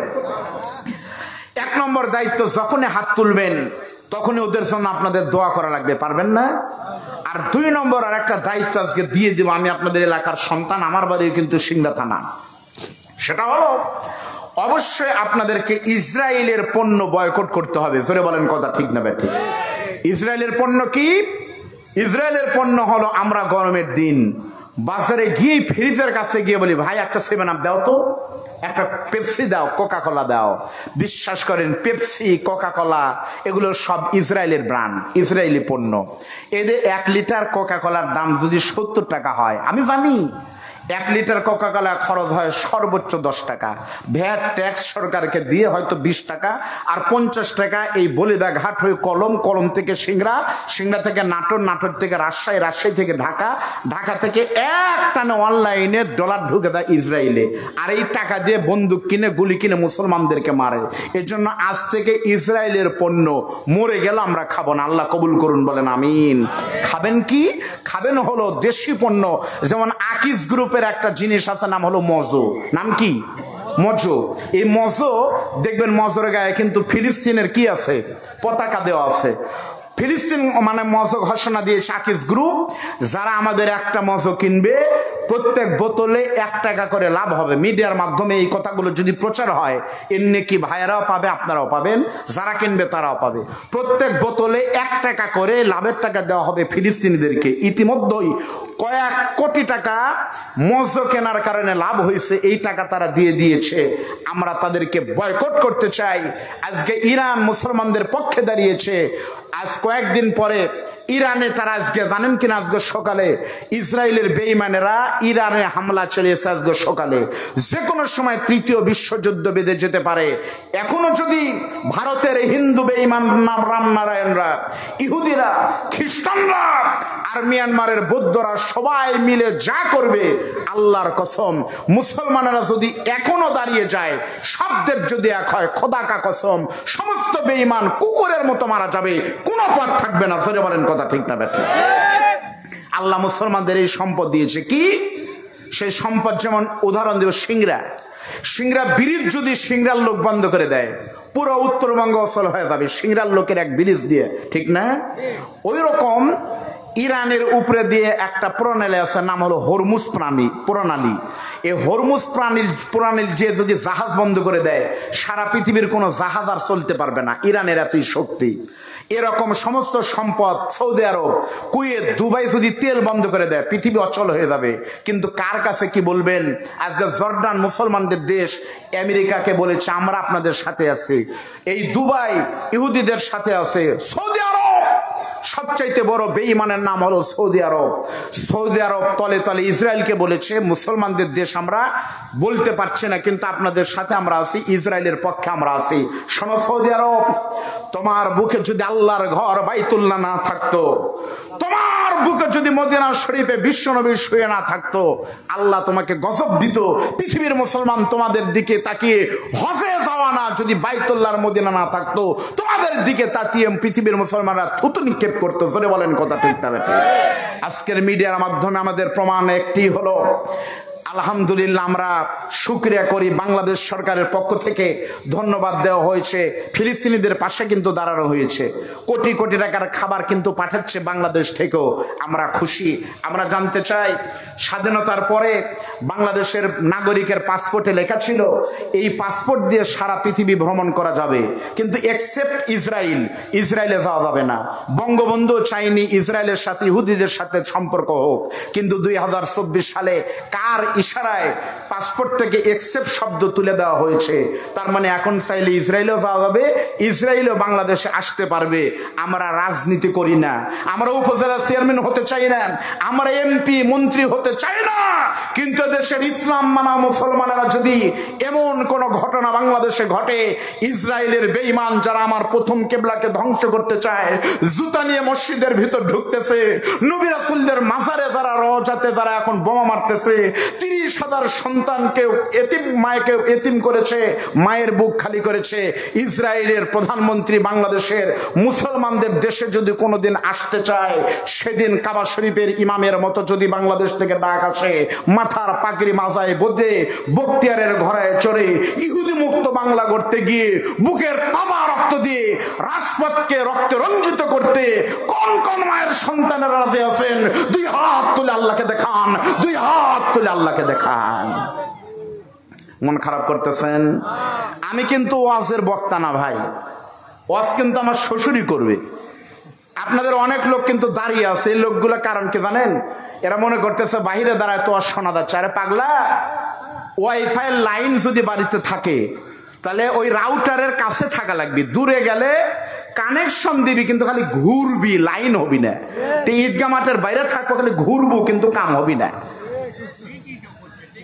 আবার আমি আসার সময় 2-1 বলতেছে হুজুর কে আসছে, বদরুল রশিদকে আসবি, মাইক দেখ হচ্ছে, তাও বিশ্বাস হচ্ছে না। এটা তো স্বাভাবিক। আল্লাহ রাসূল সারা জীবন বিশ্বাস করার পারে না, আবু জেহেল আমি নবী বিশ্বাসই করেনি ওই। মনে রাখবেন, পলক সাহেব যদি আপনাদের গ্রামে আসে, পলক ভাই, তার প্রমাণ কি? প্রমাণ হলো সামনে যদি 20টা মোটরসাইকেল ঢুকে, পুলিশের গাড়ি যদি সামনে আসে, দেখতেছেন সব চেয়ারম্যান সুনু ভাই আরো নেতারা ঢুকে গেছে, কিন্তু মন্ত্রীর গাড়ি নাই, তাহলে ধরে নেবেন মন্ত্রী আছে, হয়তো কলমের লোকজন ধরছে, কিছু দিয়ে যান আমাকে রে, পিছনে আছে, যেহেতু এত লোক ঢুকছে, পুলিশের গাড়ি সামনে আছে, তাহলে মন্ত্রীর গাড়ি পিছনে আছে, 2-4 মিনিট পরে আসবে। জামাই যদি শ্বশুরের আগে ওয়াজ করে, তার মানে ধরে লাগবে পিছনে শ্বশুর, এরপরে যারা দাঁড়ায় আছে এরা হয় পাগল, না হলে হিন্দু, দুইটার একটা হবে হয়তো। মন খারাপ করলেন আপনারা? আল্লাহর বান্দার নাম হলো রবি ইবনে সুলাইমান। মহিলার দিকে তাকিয়ে দেখে রজনী কোনো মানুষ নাই। মহিলাটা হাত দিয়ে কিন্তু চাকু দিয়ে মানে কি বলে গাদার গা থেকে কিন্তু হারাম গোস্ত ছড়াচ্ছে। আল্লাহর বান্দা কোনো কিছু না বলে শুধু থরথর করে কাঁপতেছে, হাই রে মরা গোস্ত কাকে খাওয়াবে, কার ইমান যে ওই মহিলা ধ্বংস করে। গোস্ত কাটার পরে যখন ব্যাগটা ভরে গেছে, মহিলাটা আস্তে আস্তে গোস্তের ব্যাগখানা নিয়ে 1 পা 2 পা করতে করতে যখন তার নিজের বাড়িতে প্রবেশ করেছে, রবি ইবনে সুলাইমানের হজে যাওয়ার কথা কিন্তু মনেই নাই। আল্লাহর বান্দা রবি ইবনে সুলাইমান পিছনে পিছনে গোয়েন্দার মতো দেখতেছে মহিলাটা কোথায় গিয়ে ঠেকে। এমন সময় আল্লাহর ওলি দেখতে পায় মোরা গাদার গোস্ত নিয়ে মহিলাটি আস্তে আস্তে এসে নির্জন নিরিবিলি মরুভূমির ভিতরে একটা ভাঙা ঘরের সামনে ঢুকে গেছে। ওই ঘরের ভিতরে যখন ঢুকে গেল, এমন সময় ঘরের ভিতরে 2 থেকে 3টা যুবতী মেয়ে মাকে দেখতে পেরে হাসতেছে আর বলতেছে, মামনি তুমি না বলেছ আমাদের জন্য তুমি খাবার নিয়ে আসবে, কোথায় তোমার খাবার, তুমি তাড়াতাড়ি করে বের করো। সঙ্গে সঙ্গে মহিলাটি ব্যাগ থেকে গোস্তগুলো বের করেছে। ওই গোস্তগুলো দেখে কিন্তু দুর্গন্ধ বের হয়েছে। তারপরে মহিলার মেয়েগুলো বলতেছে, আলহামদুলিল্লাহ আমাদের আজকে খাবারের ব্যবস্থা হবে। মা তখন বলতেছে, তাড়াতাড়ি করে গোস্ত রান্না করো। 3টে মেয়ে বাহিরে চলে গিয়ে চুলার ভিতরে খড়ি দিয়ে যখন মোরা গাদার গোস্ত রান্নার প্রস্তুতি নিবে, রবি ইবনে সুলাইমান তখন সহ্য করতে পারেনি। আল্লাহর ওলি তখন দৌড়ে গিয়ে মায়ের সামনে দাঁড়িয়ে বলতেছে, মারে মা তোমাকে আমি পরিচয় জানতে চাই, মা তুমি কে গো, মোরা গরুর গোস্ত মানে গাদার গোস্ত কেন বাচ্চাদের খাওয়াচ্ছ? ওই মহিলাটা তখন বলতেছে, আল্লাহর বান্দা তুমি কে, তোমার পরিচয় কি, মান আন্তা তুমি কে, মা ইসমুকা তোমার পরিচয়ের নাম কি, তোমার পরিচয় জানতে চাই। রবি ইবনে সুলাইমান তখন বলতেছে, মা আমার কোনো পরিচয় মুহূর্তে নাই, তোমার সঙ্গে আমার কোনো রক্তের সম্পর্ক না থাকলে কি হবে, তোমার কারণে আমার চোখের পানি পড়তেছে, কারণ হলো তোমার সঙ্গে আমার 2টা জিনিসের মিল আছে, তুমি আর আমি এক আল্লাহর বান্দা বান্দি, আর আমাদের বড় পরিচয় হলো আমরা সকলেই আল্লাহর রাসূলের উম্মাহ। আমার মাওলানা বজুর রশিদ আমার শ্বশুর আব্বা, তার সঙ্গে আপনাদের নামের মিল নাই, চেহারার মিল নাই, কিন্তু একটা জিনিসের মিল আছে, ইমানের সম্পর্ক। জোরে বলেন কথা ঠিক না বেটি? তা যদি না থাকতো, মুসলমানদের সঙ্গে কোরআনের সম্পর্ক কেমন? আপনারা যারা এখানে এসেছেন, তারা এখানে এসেছেন কোরআনের মাহফিলে। মাত্র 2 থেকে 3 দিন আগে তিসিখালী ঘাসিয়াপি পাগলার মাজারে মেলা হলো। আপনারা কারা কারা গেছিলেন? গেছিলেন কেউ? তার মানে বুঝে গেল ইমানদাররা যাবে যেখানে, আল্লাহ রাসূল আছে যেখানে। জোরে বলেন কথা ঠিক না বেঠিক? আজকে সারা পৃথিবীর মুসলমানরা তাই হবে। কে বাংলাদেশি, কে সৌদি আরব, কে জর্ডান, আর কে গাজা ফিলিস্তিন দেখার দরকার নাই। একটা জিনিস দেখতে হবে, পাসপোর্ট ইমান আছে কিনা। জোরে বলেন কথা ঠিক না বেঠিক? আপনারা এই এলাকার মানুষ সবকে আওয়ামী লীগ করবেন না। বিএনপি থাকতে পারে, জামাত থাকতে পারে, তাবলীগ থাকতে পারে, হানাফি, আলাদিস, কওমি, আটরশি, নয়রশি, রাজারবাগ, রংপুরি, জোনপুরি, হাকিমপুরি, তেনাসিরি, অনেক কিছুই থাকতে পারে, কোনো আপত্তি নাই। কিন্তু একটা সময় আপনাদের এক হওয়া লাগবে। কোন সময়? আপনারা বলেন তো, হাতের 5টা আঙ্গুল এক না আলাদা? ভাই একটু কথা কন বারে। ছোট বড় আছে, ওই তো আলাদা। প্রত্যেকটা আঙ্গুল কিন্তু একরকম হলে কিন্তু বিপদ হতো, কিন্তু আলাদা হওয়ার পিছনে কারণ কি? প্রত্যেকটা আঙ্গুলের কিন্তু কাজ ভিন্ন ভিন্ন আছে। সব আঙ্গুল যদি সমান হতো তাহলে প্রধান বক্তা কে হতো? এজন্য ছোট বড় 4 থেকে 1 নম্বর পর্যন্ত আছে। এই আঙ্গুলের কাজ কি? এই আঙ্গুলের শাহাদত। এই আঙ্গুল যেহেতু বড়, এই আঙ্গুল দিয়ে আল্লাহর বড়ত্ব ঘোষণা দেওয়া হয়। আল্লাহ ছাড়া কোনো মাবুদ নাই। জোরে বলেন সুবহানাল্লাহ। এই আঙ্গুল দিয়ে কি হয়? এই আঙ্গুল দিয়ে যখন নির্বাচন হয়, A+ যখন বাচ্চারা পায়, SSC রেজাল্ট হলে কলম হাই স্কুলে গিয়ে দেখবেন ছবি তুলে বলতেছে এইভাবে আমরা জয় হয়ে গেছি। তাহলে এই আঙ্গুলেরও কিন্তু কাজ আছে, এই আঙ্গুলেরও কিন্তু কাজ আছে, প্রত্যেকটা আঙ্গুলের কাজ আছে। এই আঙ্গুল দিয়ে কিছু হয় না, এটা দিয়েও কিন্তু হয়। এখন যদি 2 পাগল এসে বলে মাহফিল বন্ধ করো, আপনার কি বন্ধ করবেন? তখন আপনার বুড়ো আঙ্গুল দেখে, তুই কে রে, পারলে ঠেকা যা। জোরে বলেন কথা ঠিক না বেটা? শুধু এই একটা আঙ্গুল, ছোট আঙ্গুল, এর কোনো কাজ নাই ভাই। এর কোনো কাজ আছে? সত্যি নাই, নাই। হয়তো আপনি মাঠের ভিতরে ধান কাটতেছেন, এমন সময় কান এমন ভাবে চুলকানো শুরু হয়েছে, কটনও নাই, মুরগি নাই যে কান টানের ভিতরে দিবেন, তখন আঙ্গুল দিয়ে চুলকানো, সেই শান্তি রে। তাহলে ওটারও কিন্তু কাজ আছে। জোরে বলেন ঠিক না বেঠিক? তাহলে বলেন তো, 5 আঙ্গুলের কাজ কিন্তু 5 রকম, কিন্তু একটা সময় কিন্তু 5টা আঙ্গুল এক হয়ে যায়। বলেন তো বুদ্ধি করে কোন সময়? যে বলতে পারবেন একটা খিচুড়ির প্যাকেট বেশি দেওয়া হবে, আমি নিয়ে দিব কমিটির থেকে। হ্যাঁ, মাশাআল্লাহ। খাবার খাওয়ার সময় 5 আঙ্গুল কিন্তু আলাদা আলাদা। কান কিন্তু এই আঙ্গুল চুলকায় না, কিন্তু এক সময় 5 জনই এক। কখন? খাবার খাওয়ার সময়। এখন দুপুরে খাবার খাবেন, মাঝখানের আঙ্গুল যদি বলে না ভাই আমি শাওয়াল মাসে রোজা করতেছি, তোরা খা, আমি খাবো না, তাহলে কি বাকিরা খেতে পারবে? এই আঙ্গুল যদি বলে ভাই আমার ডায়াবেটিস, আমি গোল্লা খাবো না, তোমরা খাও, তাহলে বলেন তো এই আঙ্গুল যদি না খায়, তাহলে এক ছাড়া আপনি অন্য আঙ্গুল ঢুকাবেন কেমনে? তার মানে ওরা সব আলাদা, কাজ আলাদা, দল আলাদা, একটা সময় কিন্তু ওরা এক। সেই সময় হলো খাবার খাওয়ার সময়। আপনি আওয়ামী লীগ করতেই পারেন মিয়া, আপনি বিএনপি, জামাত ইসলামী, চরমনাই মুরিদ হতেই পারেন, একটা সময় এক হতে হবে। বাংলাদেশের মাটিতে, মুসলমানের দেশে, যেই দেশের মুসলমানদের আযান শুনে ঘুম ভাঙে, আবার এশার নামাজ পড়ে ঘুমাতে যায়, ওই বাংলাদেশে ইসলাম বিরোধী নাস্তিকতাকে কায়েম যখন করবে, সবাইকে সোচ্চার হয়ে যদি দাঁড়ায়, এই বাংলাদেশ ইসলামের বিরোধিতা করে কেউ কুল পেতে পারে না। জোরে বলেন কথা ঠিক না বেঠে? বাস্তব প্রমাণ আমার মিডিয়ার ভাইরা জানে। বাংলাদেশে একটা নাটক তৈরি হলো কয়েকদিন আগে, নাম হলো রূপান্তর। ট্রান্সজেন্ডার মানে হলো পুরুষে পুরুষে বিয়ে, নারী নারী বিয়ে, বলে নাউজুবিল্লাহ। এই সিনেমাতে নাটকটা করলো বাংলাদেশের একজন নাট্যকার, নাম হলো জোহান নামে একটা ছেলে নাটক করলো, ঈদের ভিতর মুক্তি পাবে। এই কথা যখন প্রচার হয়ে গেছে ভাই, প্রত্যেকটা মুসলমান তখন বলতেছে এই নাটক যদি প্রত্যাহার না হয় খবর আছে। পরে নায়ক নাটক বাদ দিয়ে জাতির সামনে এসে মাপ চাইছে, আমার ভুল হয়ে গেছে। এরপরে কোনোদিন পুরুষ হয়ে লিপস্টিক দিছে, কপালে এখানে দিছে হিজড়ার মতো সেজেছে। তার মানে পুরুষে পুরুষে বিয়ে, নারী নারী বিয়ে। এরা জর্ডানে প্রথম হয়েছিল লূত আলাইহিস সালামের সময়, আপনারা জানেন, আমার সময় কম, ওইদিকে যাব না। এজন্য জর্ডান ইহুদিদের দালাল। ওই জর্ডানে একটা সাগর আছে, নাম হলো ডেড সি। আরবিতে বলা হয় আল বাহরুল মাইয়িত। সেখানে আল্লাহর গজবে সে নারী নারী বিয়ে, পুরুষে পুরুষরা জেনা করত। ওই সাগরে এখন পর্যন্ত কোনো মাছ হয় না, কয়েক হাজার বছর পরও গজবে এখনো মাছ ছেড়ে দিলে মরে যায়। বাংলাদেশের যদি এই পুরুষে পুরুষে বিয়ে হয়, ওই বেঈমানদের কারণে বাংলাদেশের মানুষ মরে যাবে, আমরা ধ্বংস হব, ওদেরকে আমরা ধ্বংস করব। শাহজালালের বাংলাদেশে বেঈমানদের কোনো ঠিকানা নাই। জোরে বলেন কথা ঠিক না বেঠিক? আলহামদুলিল্লাহ, ঈদের 2 দিন পরে ওই অভিনেতা বলেছে আমার মাফ হয়ে ভুল হয়ে গেছে, আপনারা মাফ করে দেন। ওয়ালটন কোম্পানি তাদেরকে টাকা দিয়েছিল স্পন্সর। পরে জাতি বলল যে পেপসির মতো তোমরা ওয়ালটন বয়কট করো, এমন বিপদ, ফ্রিজার বিক্রি হয় না, টিভি বিক্রি হয় না। পরে ওয়ালটন বলতেছে আমাদেরও ভুল হয়ে গেছে, এরপরে কোনোদিন নাটকের জন্য টাকা দিব না। এই জন্যই সিংড়ার ভাষায় সরাবো না বলে ঠেলার নাম বাবাজি, কেঙ্কা হয় দেখ। জোরে বলেন কথা ঠিক না ব্যাঠিক? মন খারাপ করলেন। আল্লাহর বান্দা রবি ইবনে সুলাইমান দেখলেন মহিলাটি সুন্দর করে রান্না করার যখন প্রস্তুতি নিচ্ছে, আল্লাহর ওলি পিছন থেকে ডাক দে বলে মা রে মা, আমার পরিচয় আমি একজন আল্লাহর বান্দা মুসলমান, আমি তোমাকে অনুরোধ করব মা, তোমার যুবতী মেয়েদেরকে তুমি ওই গোস্ত খাওয়াবে না। আমি শুনতে চাই তোমাদের কারণ কি।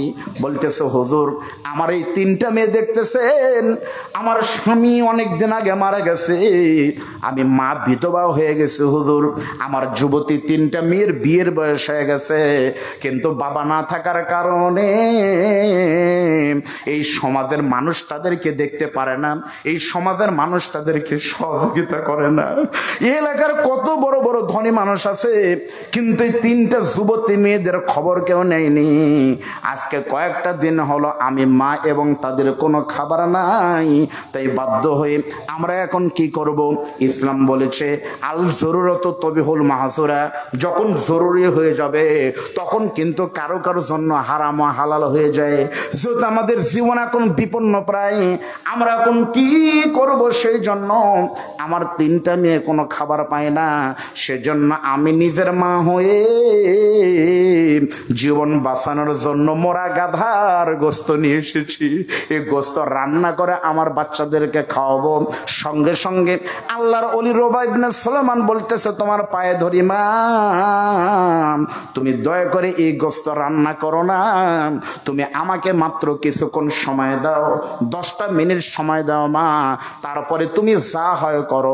আমি তোমাদেরকে মরা গাধার গোস্ত খেতে দেব না, বরং তোমাদের জন্য আমি খাবারের ব্যবস্থা করব। মা, তোমরা মরা গাধার গোস্ত খাইলে আমার বিপদ হবে। আমার সমাজে এই যে ঈদ হলো, এই এলাকার বলিদাঘাটি কলম পুন্ডরি এলাকার মানুষ অনেকের মার্কেট সিংড়াতে হয়নি, নাটোর হয়েছে, নাটোর হয়নি রাজশাহী হয়েছে, রাজশাহী হয়নি ঢাকা হয়েছে। এমনও মানুষ আছে এক একটা বাড়িতে 5টা 7টা করে এক একটা বাচ্চার ঈদের জামা কেনা হয়েছে।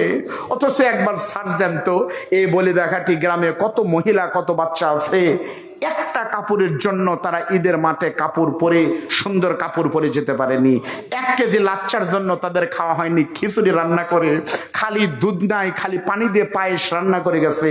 আর হাদিস সাহেব তার বাড়ির পাশে ঢাকা থেকে মার্কেট করে এনে আতর এমন ভাবে দিয়ে জিবরাইলের মতো সামনে বসলেন, কিয়ামতের দিন আপনি জাহান্নামে যাবেন ততক্ষণ পর্যন্ত যতক্ষণ প্রতিবেশীর হিসাব দিতে না পারবেন।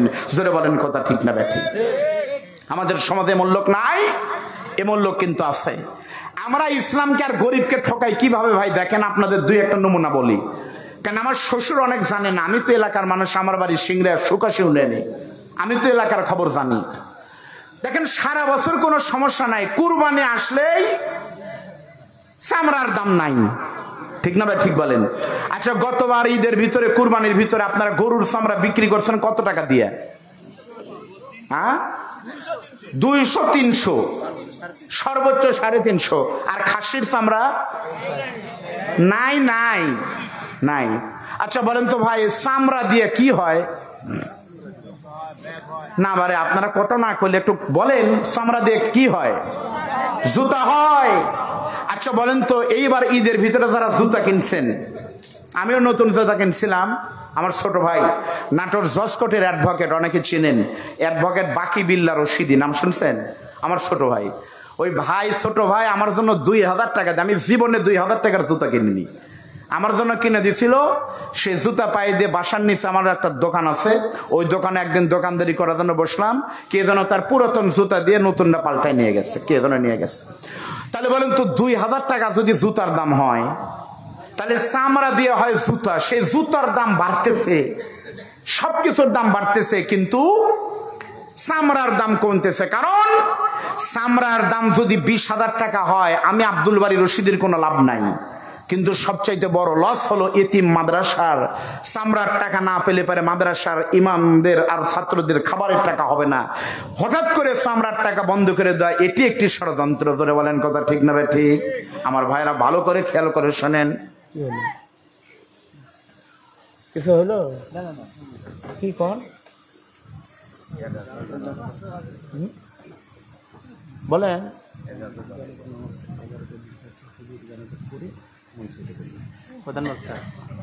মানে ওই যেটা করবেন সেটা আগেই বলে, তা আপনাদের সাথে সব বুঝায় টুজায় সব হলো, এখন আবার সিদ্ধান্ত চেঞ্জ করতেছেন, করেন, সমস্যা নেই। 12টা পর্যন্ত শ্বশুর জামাই ধানও কাটালেন, কাটা লাগবে, যত আজকে এসে গেছি, দেখেন কি করে নেবেন, যান ওই দিক জানেন। মন খারাপ করলেন আপনারা। আল্লাহর বান্দা রবি ইবনে সুলাইমান তখন বলতেছে, মা একটু ধৈর্য ধরো মা, আমি নিজে তোমাদের কাছে গিয়ে একটু খাবার আনতে চাই, মনোযোগ দেন, সময় অত্যন্ত কম। তার ভিতরে কিন্তু একটা ঘটনা আপনাদের গ্রামে ঘটে গেছে, সেটা আমি একটু পরে বলতেছি, মনোযোগ দেন। রবি ইবনে সুলাইমান তার বাড়িতে গিয়া নিজের হজে যাওয়ার জন্য যে টাকা পয়সা সম্পদ গোছায় রেখেছিল, সেই সমস্ত টাকা পয়সা সম্পদগুলো কিন্তু একটা টপলা করে ব্যাগে করে নিয়ে সেটা মাথায় করে নিয়ে মহিলার বাড়িতে এসেছে। ভাইজান, কথাগুলো কিন্তু একটু দিল দিয়ে শোনার চেষ্টা করেন। ওই মহিলা যদি আপনার মা হতো তাহলে কি হতো, এভাবে একটু কথাগুলো শোনার চেষ্টা করেন। রবি ইবনে সুলাইমান মাথায় করে খাবার নিয়ে এসে সমস্ত টাকা নিয়ে এসে মহিলাকে ডাক দিয়ে বলতেছে, মা। মহিলাটি যখনই দরজা খুলে দিয়েছে, আল্লাহর ওলি তখন বলতেছে, মা এই যে তোমাদের টাকা নাও, এই টাকা দিয়ে তোমরা খাবার কিনে খাবে মা। আর আমি আগামীকাল হজে যেতে চাইছিলাম, আমার হজে যাওয়ার দরকার নাই, আমি হজের টাকা দিয়ে দিলাম, এই টাকা দিয়ে তোমরা অর্ধেক টাকা দিয়ে খাবার কিনে খাবে, আর অর্ধেক টাকা দিয়ে তোমার এই 3টা যুবতী মেয়েকে বিবাহের ব্যবস্থা করবে। সুবহানাল্লাহ বলেন। পরের দিন তার 9 জন বন্ধু এসে বলতেছে, ভাই চলো হজে যাব। রবি ইবনে সুলাইমান ওই 9টা বন্ধুর কাছে কৌশলে কথা বলে বলতেছে, ভাই আমার হজে যাওয়ার সব কিছু ঠিক ছিল, কিন্তু আমার যাওয়া হলো না। আল্লাহর অস্তে তোমরা কিছু মনে করো না ভাই, আমি খুবই অসুস্থ, আমি যেতে পারবো না। 9টা বন্ধু তখন গালি পারতেছে, কিরেরা সাধারণ কথা, হজে যাওয়ার প্রস্তুতি 2 মাস ধরে নিচ্ছি, আর তুমি আজকে বলতেছো আমি যাব না। 9 জন বন্ধু রাগারাগি করে যখন চলে গেছে, রবি ইবনে সুলাইমান কিন্তু গোপন কথা বন্ধুদের বলেনি। কিতাবের ভিতর প্রমাণ হয়, যখন 9টা বন্ধু চলে গেছে মক্কাতে, আপনাদের কাছে একটু জানতে চাই, হাত তুলেন তো, আপনাদের ভিতরে কে কে বাইতুল্লাহ গেছেন, মক্কায় গেছেন, হজে অথবা ওমরায় গেছেন? কারা কারা গেছেন? ওই দেখেন আলহামদুলিল্লাহ অনেকে গেছে, বলে দেখেন। এই মানুষগুলো সাক্ষী। আমি আজকে আমার জীবনের প্রথম সিংড়া মডেল মসজিদে নামাজ পড়লাম মাগরিবের, আপনাদের বলিদা ঘাটি গ্রামে নামাজ পড়লাম, একরকম মনে হয়।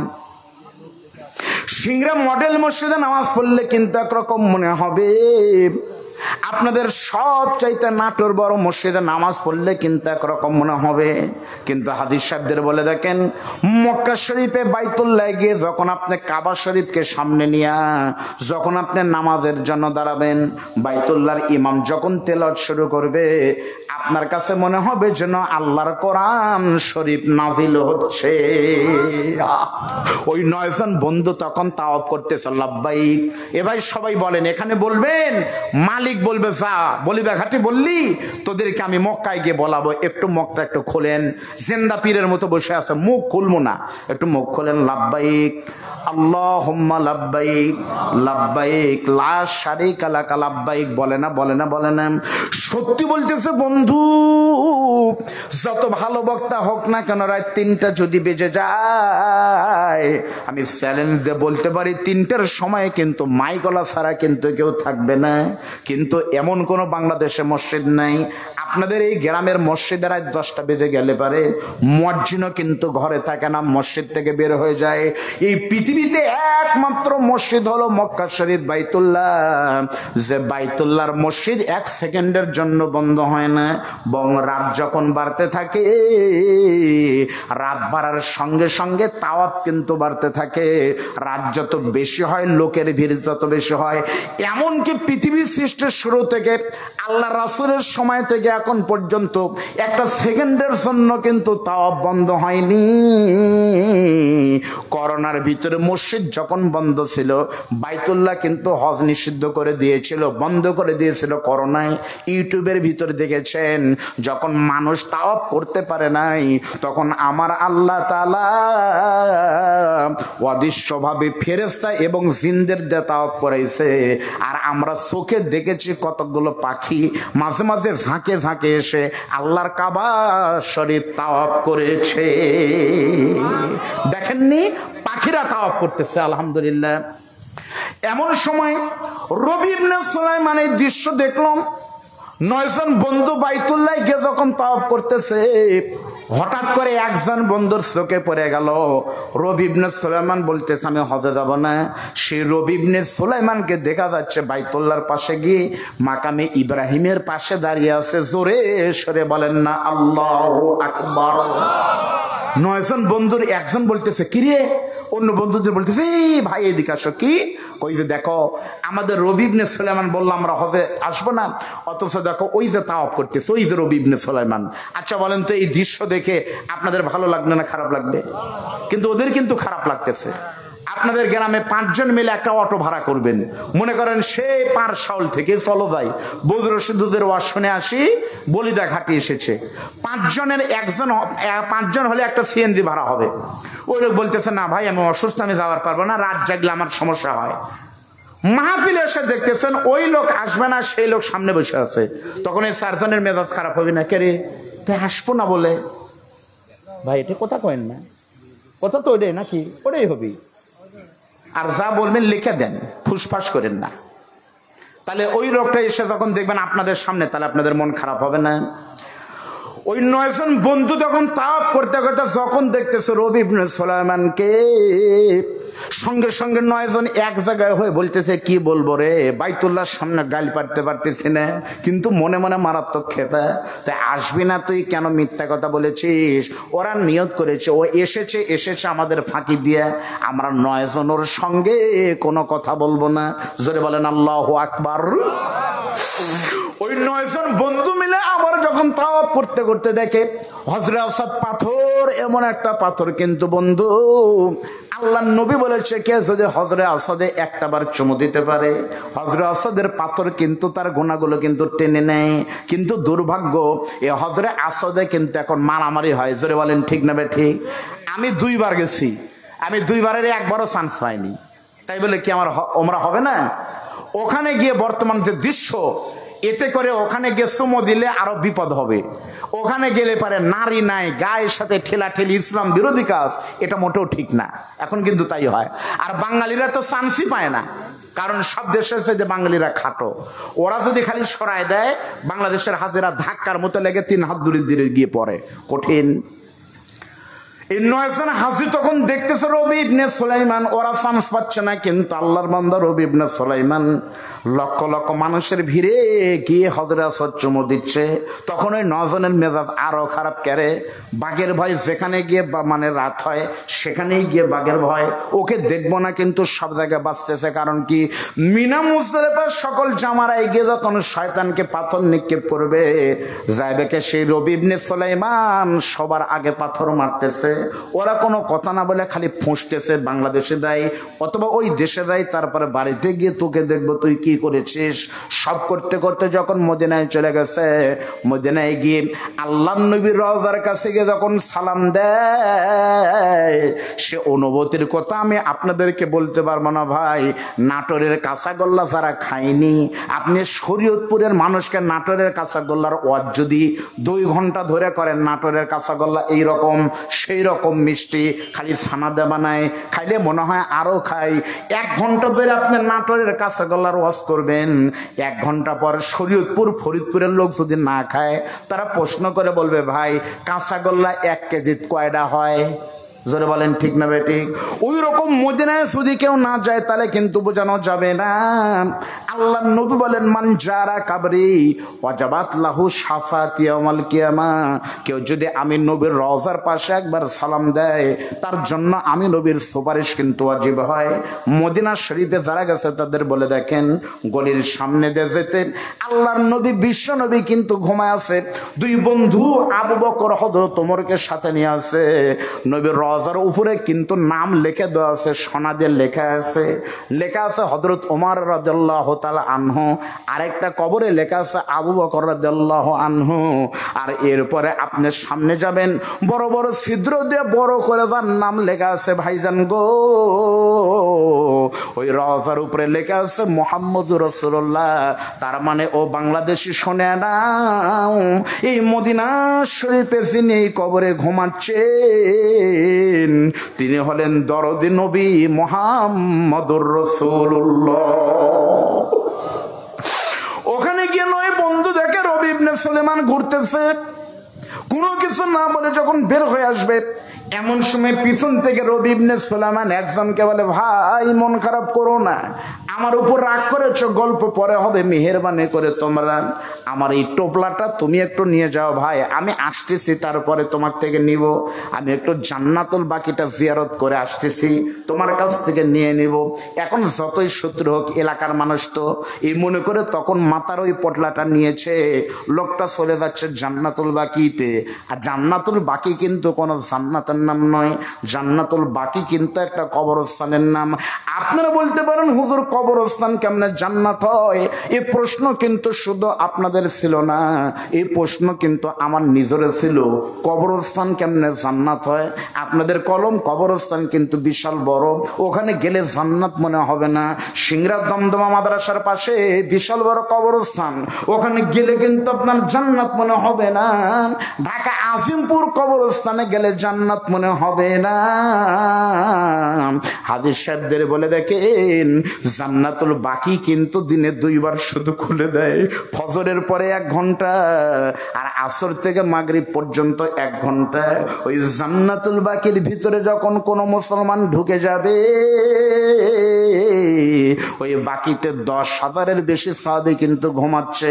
আল্লাহর নবী বলেছে জান্নাতুল বাকির জন্য জান্নাত, যদি কোনো মানুষ এই জান্নাতুল বাকিতে একবার দাফন হয়, এই জান্নাতুল বাকিতে সাহাবীদের কদমের ওসিলায় আল্লাহ সমস্ত মাইয়তকে জান্নাতি করে দেয়। ইমাম মালিকের বাড়ি ছিল মদিনায়, আপনারা জানেন না? ইমাম মালিক রহমাতুল্লাহ আলাইহি জীবনও মদিনার বাহিরে যেতেন না। মুরিদারা বলতো হুজুর আমাদের বাড়ি হলে ইয়ামিনে একটু যাওয়া লাগবে। ইমাম মালিক বলতেন না, আমি যাব না বাবা, কোনো জায়গাতে উনি যাইতেন না, খালি মদিনায় থাকতেন। কারণ কি? কারণ হলো ইমাম মালিক জানতেন যদি মদিনার বাহিরে যাই, আমার যদি মৃত্যু হয় তাহলে তো আমার আর মদিনায় জায়গা হবে না। সেজন্য জীবনেও তিনি মদিনার বাহিরে কোনোদিন যায়নি। একদিন রাতের বেলায় ইমাম মালিক ঘুমিয়ে আছে, আল্লাহ নবী বিশ্ব নবী ইমাম মালিকের মাথার কাছে এসে মালিকের টুপি খুলে মাথার হাত বোলাই দিয়ে বলতেছে পাগল তুমি কেন মদিনার বাহিরে যাও না? ইমাম মালিক তখন বলতেছে নবীজি আমি এজন্য চাই না হুজুর, যদি মদিনার বাহিরে গেলে আমার মৃত্যু হয় তাহলে আপনার রওজার পাশে তো বাকিতে আমার জায়গা হবে না। নবী বলতেছে তুমি কেন জুতা পায়ে দিয়ে ঘোরো না? মদিনায় কিন্তু প্রচন্ড গরম, জুতা পায়ে দিয়ে কেন, জুতা ছাড়া কেন পায়ে দিয়ে কিন্তু গরম লাগে। আর ইমাম মালিক কিন্তু কোনোদিন জুতা পায়ে দিয়ে ঘোরেননি, জুতা ছাড়াই কিন্তু মদিনায় ঘুরতেন, মানুষেরা তাকে পাগল বলতো। আল্লাহ নবী বলতেছে ইমাম মালিক শুনে না, তুমি জুতা পায়ে দিয়ে না ঘোরার পিছনে হচ্ছে আমি নবীকে ভালোবাসো। আমি নবী তোমাকে বলতেছি যেই নবীর জন্য তুমি ইমাম মালিক পাগল, আমি নবী তোমার কাছে হাজির হয়েছি। মাথায় যখন টোপলা তুলে দিয়েছে, ওই বন্ধু তখন মনে মনে বলতেছেন নেব না, আরেকজন বলতেছেন নে, এলাকার মানুষ তো যা হয় হবে কিন্তু উপকার কর। এই কথা বলে ইমাম মালিক মানে ওই লোকটার নাম হলো রবি ইবনে সুলাইমান হারায় গেল।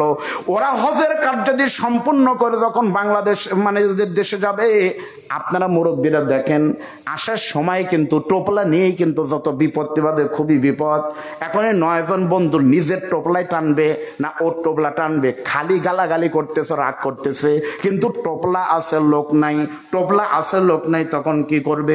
সঙ্গে সঙ্গে এই লোকটা রবি ইবনে সুলাইমান চিন্তা করেছে আমি কি করব। তখন ওই 9 জন বন্ধু রবি ইবনে সুলাইমানের টোপলা নিয়ে যখন বাড়িতে এসেছে, বাড়িতে এসে দেখে রবি ইবনে সুলাইমান তাদের কাছে টোপলা দিয়া তারা এলাকায় আসার আগে রবি ইবনে সুলাইমান তার বাড়িতে ঢুকে গেছে। আলেমরা জানি কিভাবে গেল, আসলে কিন্তু উনি যায়নি হজে। তারপরে কেন দেখলো, এটা কিন্তু গাঁজাখড়ি গল্প না, আলেমদের বলেন সত্য। আমি আপনাদেরকে বলবো তার আগে একটা জরুরি এলানটা হলো আজকের এই মাহফিলের সম্মানিত সভাপতি, আমি দেখিনি কিন্তু ভাইয়ের জন্য আমি দোয়া করেছি, জনাব জালাল উদ্দিন প্রামাণিক, উনি তো না, আজকে তার বিবি অসুস্থ হয়ে চিকিৎসাধীন অবস্থায় রাজশাহী মেডিকেল কলেজে ইন্তেকাল করেছে। সকলে বলেন ইন্না লিল্লাহি ওয়া ইন্না ইলাইহি রাজিউন। এটা একদিকে যেমন অত্যন্ত কষ্টের, একদিকে যেমন খুবই বেদনার। আজকে সভাপতি পাশে থাকতো কিন্তু জালাল ভাইকে আমরা পাচ্ছি না, এটা অত্যন্ত কষ্টের। আরেক দিক দিয়ে ওনার বিবি আজকে মারা যাওয়াতে আমরা খুশি। কেন? আগামীকাল যদি মারা যেত এত লোককে জানাজায় পেত? আগামীকাল যদি মারা যেত আর মাওলানা বজরুল রশিদকে যদি বলতো হুজুর আপনাকে ওয়াফের মতোই টাকা দিব, তাহলে কালকে একটু জানাজা পড়িয়ে চলে যাবেন, থাকতো? কালকের মাহফিল কে করতো? তাহলে আল্লাহ নিজেই চায় আল্লাহর এই গোলামকে, বান্দিকে, আলেমদেরকে সাক্ষী রেখে হাজারো মানুষের জানাজায় উপস্থিতিতে তার জানাজায় হোক। তার জানাজা হবে আমার আলোচনার পরে, না আমার আলোচনার পরে, ওটাই ভালো হবে। কারণ মাগরিব থেকে এক জায়গায় বসে থেকে আপনারা একবার বেকার হয়ে গেছেন। এজন্য প্রধান বক্তা আসতে পারে, দাঁড়াবেন, মাজা টাজা সোজা করে জানা দেওয়া হবে, আপনাদের মাজার বেরামজ হবে, তারপরে ওয়াজ শুরু হবে প্রধান বক্তা ইনশাল্লাহ। আপনারা কি মন খারাপ করবেন?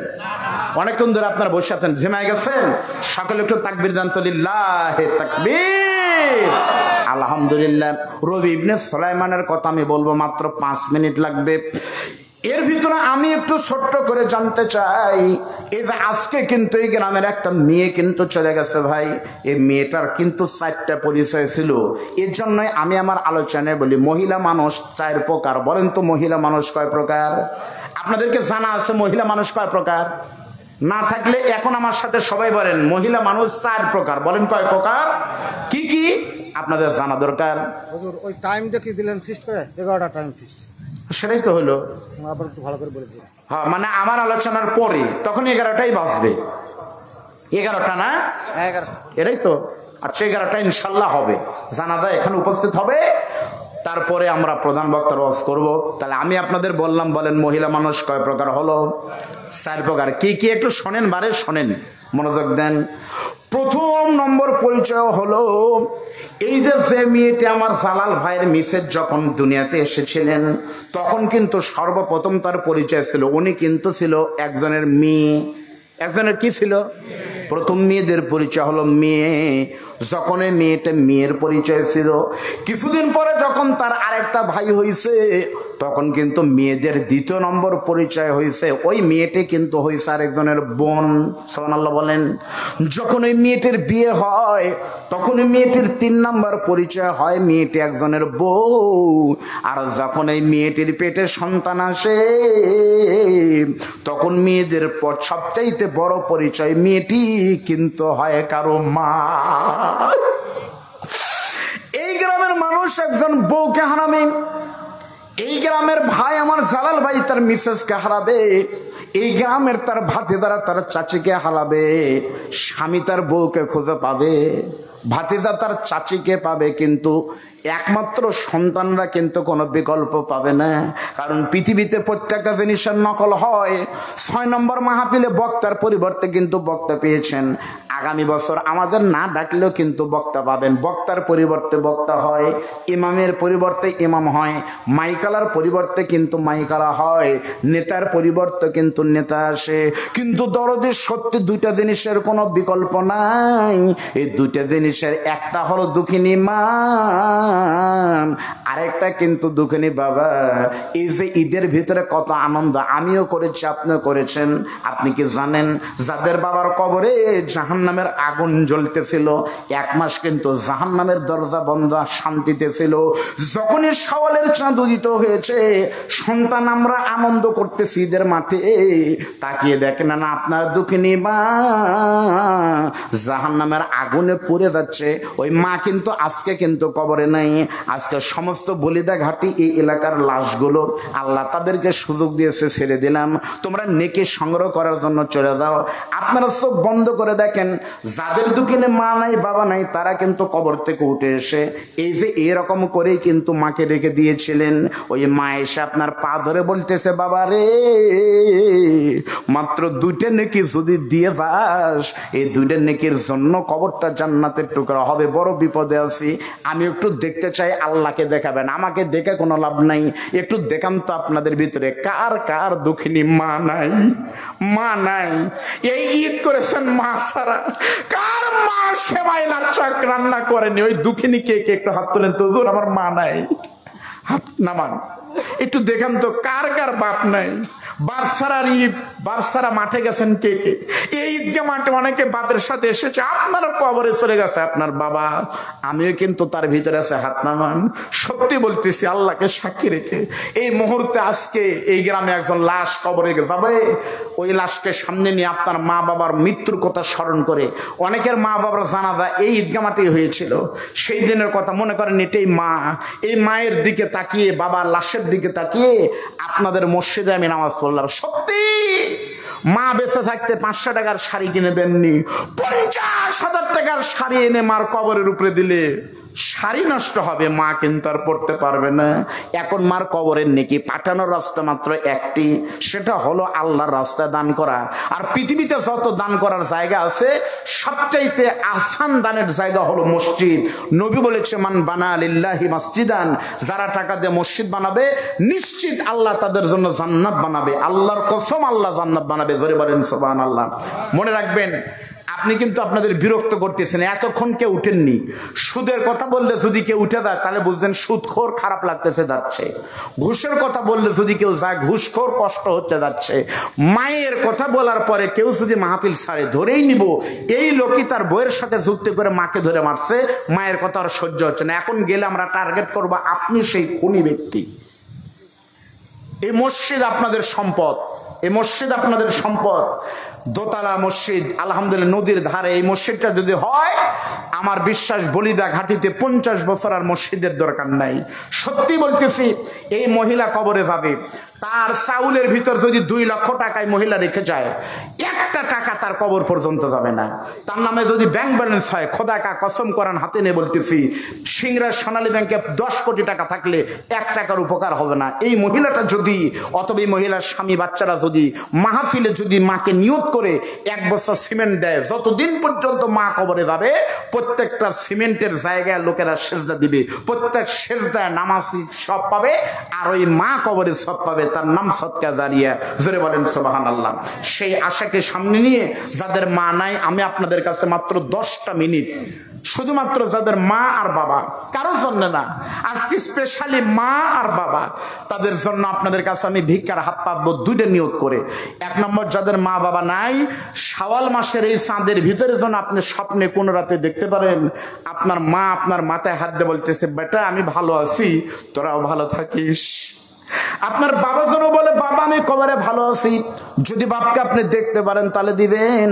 আর 2 নম্বর, আমি ছোট্ট মানুষ গুনাহগার দোয়া করব, আল্লাহ যেন আপনাদের সবাইকে জীবনে একটাবার হলো মক্কা মদিনা পর্যন্ত কবুল করেন, হজ না করে যেন কবরে না যান।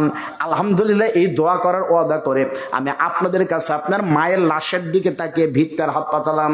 এই মুহূর্তে আপনাদের কাছে আমি হজের নিয়ত করে মা বাবাকে দেখতে পারেন সেই নিয়ত করে এই মুহূর্তে আপনাদের কাছে আমি 100টা বস্তা সিমেন্টের দাবি করেছি। এই মসজিদে মোটামুটি ইটের কাজ শেষ, এখন প্লাস্টার বাকি আছে না মাওলানা, প্লাস্টারে সিমেন্ট লাগবে। সর্বপ্রথম আপনারা 10 জন সাহাবীর নামে 10 জন জান্নাতে